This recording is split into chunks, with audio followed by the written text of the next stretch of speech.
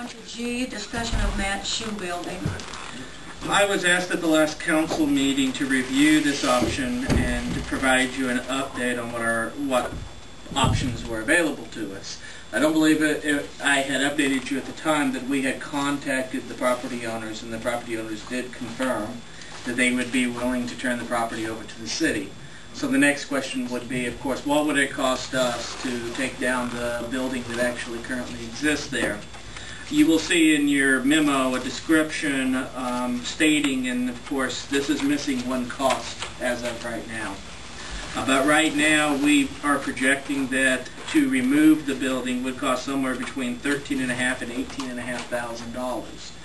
That would cover the cost of deconstructing the building, a hazardous inspection, removal of some hazardous material that the inspector tells me on an initial review what he thinks it would cost to remove it, and to cover all of the liens against the property that are currently not held by the city. All that adds up to your cost. What is not added into that number is the cost of putting up any support beams that were discussed previously. We would have to hire an engineer for the proper purposes of doing a evaluation of how to set that up, and of course you would have the materials necessary to do that job as well.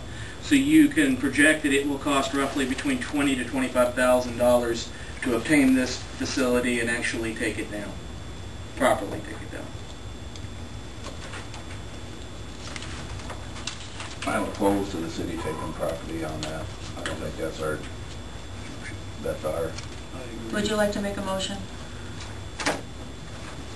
Yeah, Is there any other discussion?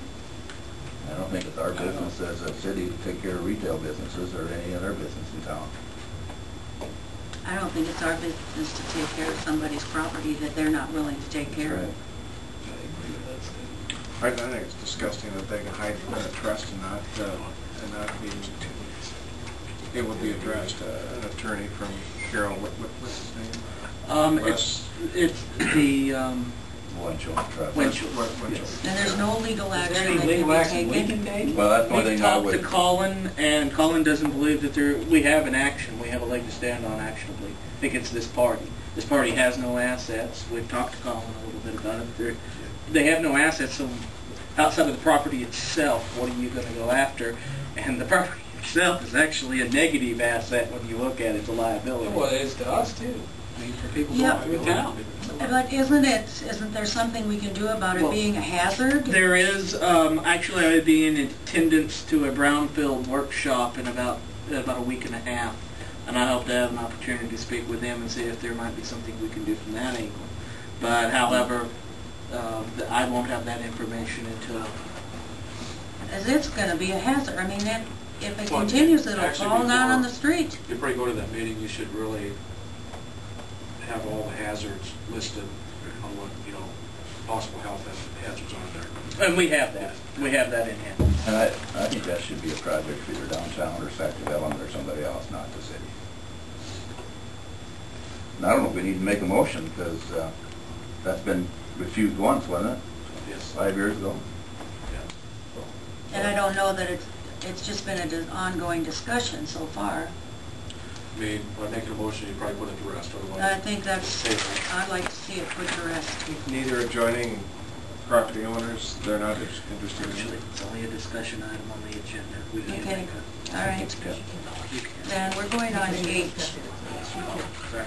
Committee. I'll make a motion. We don't do anything. That's second.